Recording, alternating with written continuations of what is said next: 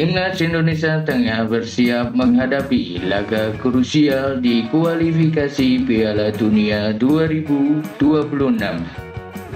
Dengan kehadiran Patrick Kluivert sebagai pelatih kepala dan Alex Pastoor sebagai otak strategi, skuad Garuda mengalami perubahan besar yang bahkan membuat lawan kebingungan. Bahkan pelatih Australia Tony Popovic secara terbuka mengakui bahwa ia kesulitan menganalisis permainan timnas Indonesia di bawah kepemimpinan baru ini. Jadi apa sebenarnya yang membuat Australia sampai kewalahan menghadapi era baru timnas Indonesia? Bagaimana persiapan Garuda untuk laga hidup mati ini? Yuk kita kupas tuntas di Garuda Report.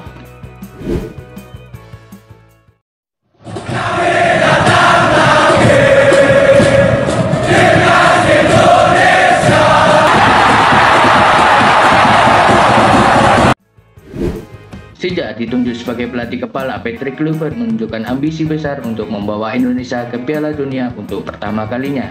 Ini bukan hanya tantangan besar bagi timnas, tetapi juga bagi Patrick Kluivert sendiri yang baru pertama kali menangani tim nasional sebagai pelatih utama. Di sisi lain ada sosok Alex Pastoor, asisten pelatih yang punya peran kunci dalam menyusun strategi Garuda. Pastoor adalah sosok yang sangat detail dan teliti dalam menyusun taktik. Bahkan sebelum menerima jabatan ini, ia sudah berdiskusi dengan banyak pelatih top di Eropa untuk memahami bagaimana cara terbaik menangani tim nasional. Menurut laporan dari bolasport.com, Pastoor menghabiskan waktu sekitar 9-10 hari untuk berdiskusi dengan para pelatih kawakan, termasuk mereka yang pernah menangani tim nasional besar. Ia ingin memastikan bahwa taktiknya bisa langsung diaplikasikan ke timnas Indonesia meski waktu persiapan sangat terbatas. Kehadiran Kluivert dan Pastoor ternyata membawa efek besar, bahkan sebelum laga dimulai.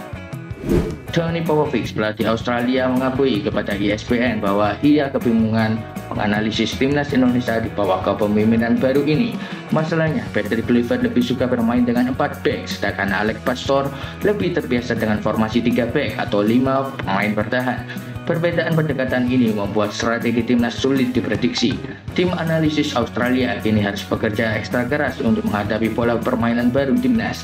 Apakah Indonesia akan bermain lebih menyerang dengan skema 4-3-3 ala Kluivert, atau justru mengutamakan pertahanan solid dengan skema 3-5-2 khas Pastoor? Jelas ini adalah keuntungan bagi timnas Indonesia. Lawan tak bisa dengan mudah membaca taktik kita. Laga melawan Australia bisa menjadi titik balik bagi timnas Indonesia. Targetnya jelas, lolos ke Piala Dunia 2026.